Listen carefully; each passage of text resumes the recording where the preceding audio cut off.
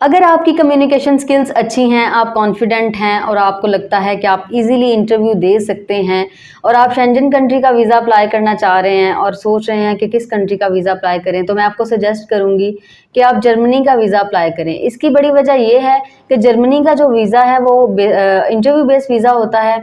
जब आप अप्लाई करते हैं अपॉइंटमेंट के बाद आप एम्बेसी में जाते हैं और एम्बेसडर आपका इंटरव्यू लेता है और अगर आप एम्बेसडर को कन्विंस कर लेते हैं तो बआसानी आपको जर्मनी का वीज़ा जो है वो मिल जाता है और जर्मनी का वीज़ा लेने के बाद आप किसी भी शेंजन कंट्री का वीज़ा अप्लाई कर सकते हैं।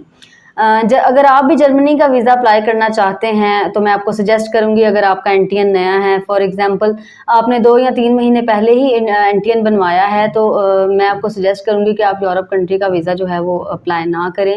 स्ट्रेट फॉरवर्डली आपका जो वीज़ा है वो रिफ्यूज़ हो जाएगा। इससे ये होता है कि जो एनटीएन की जो डेट है वो चेंज नहीं होती। बेशक टैक्स रिटर्न्स पुरानी हो जाती हैं लेकिन जो एनटीएन की जो डेट होती है वो चेंज नहीं होती। इससे एम्बेसडर के माइंड में शक चला जाता है कि आपने जो एनटीएन बनवाया है वो महज आपने वीज़ा अप्लाई करने के लिए ही बनाया है, इसलिए आपका वीज़ा जो है वो रिफ्यूज़ हो जाता है। बेशक आपका फ्रेश पासपोर्ट है लेकिन एनटीएन 2 या 3-4 साल पुराना है या इससे भी पुराना है तो डेफिनेटली आप यूरोप का वीज़ा अप्लाई कर सकते हैं। इससे आपके चांसेस जो हैं वीज़ा लगने के वो ज़्यादा होते हैं। किस कंट्री का अप्लाई करें ये मैं आपको पहले ही बता चुकी हूँ। जर्मनी को चूज़ करने की वजह क्या है? बाज़ औक़ात आप किसी भी कंट्री का वीज़ा अप्लाई करते हैं तो आप अपनी फ़ाइल जो है वो फॉरवर्ड करते हैं। अगर एम्बेसडर के माइंड में कोई क्वेश्चन होता भी है तो वो आपसे क्रॉस क्वेश्चन नहीं कर सकता।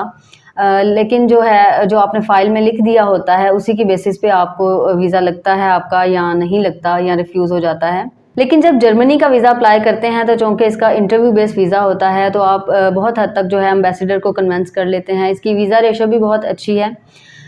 इसके डॉक्यूमेंट्स की बात की जाए तो जिस तरह दूसरे शेंजन कंट्रीज़ के लिए रिक्वायर्ड होते हैं डॉक्यूमेंट्स, वही सेम डॉक्यूमेंट्स हैं। फॉर एग्जांपल आपकी 6 माह पुरानी बैंक स्टेटमेंट, आपका पासपोर्ट, आईडी कार्ड, एफआरसी और बिज़नेस के डॉक्यूमेंट्स, एनटीएन और टैक्स रिटर्न इसमें शामिल हैं। और अगर आपके पास चैम्बर का सर्टिफिकेट है तो वो भी आप एज अ सपोर्टिंग डॉक्यूमेंट्स के तौर पर लगा सकते हैं। अगर आपके पास नहीं है तो इनफ है कि आप जो एनटीएन है और टैक्स रिटर्न्स हैं वही काफ़ी होते हैं। और अगर आपके पास प्रॉपर्टी के डॉक्यूमेंट्स हैं तो वो भी आप एज अ सपोर्टिंग डॉक्यूमेंट्स के तौर पर लगा सकते हैं अपने टाइज को स्ट्रॉन्ग शो करने के लिए। इसकी अपॉइंटमेंट जो है वो फ्री होती है लेकिन ऑनलाइन मिलती है। ना मिलने के सबब से क्या होता है कि जो कंसल्टेंट होते हैं वो आपसे पैसे ले लेते हैं और आपकी जो अपॉइंटमेंट है वो जल्दी बुक करवा देते हैं।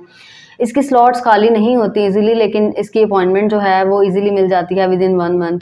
और इसका जो प्रोसेसिंग टाइम है वो 2 से 3 हफ्ते का होता है। इंटरव्यू देने के बाद आप जो है इसका जो टाइम है वो 2 से 3 हफ्ते का है। उसके बाद आपको जो है वो रिस्पॉन्स जो है वो मिल जाता है। अगर आप भी फ्रेश पासपोर्ट होल्डर हैं और जर्मनी का वीज़ा अप्लाई करना चाहते हैं और आपका एनटीएन पुराना है, बिजनेस टाइज और फैमिली टाइज स्ट्रॉन्ग हैं, तो आप हमसे हमारे दिए गए नंबर पर ऑफिस टाइम पर रब्ता कर सकते हैं। हम आपकी अपॉइंटमेंट में भी आपकी हेल्प कर सकते हैं जर्मनी के लिए और आपके जो इंटरव्यू है उसमें भी आपकी तैयारी करवा सकते हैं। तो अगर आप हमसे केस प्रोसेस करवाना चाहते हैं तो आपसे दरख्वास्त है कि हमारे दिए गए नंबर पर ऑफिस टाइम पर रब्ता करें। बेल आइकन को दबाना मत भूलिएगा। वीडियो को लाइक करें, शेयर करें। एक नई वीडियो के साथ आपके सामने दोबारा हाजिर होंगे। तब तक के लिए खुदा हाफिज़।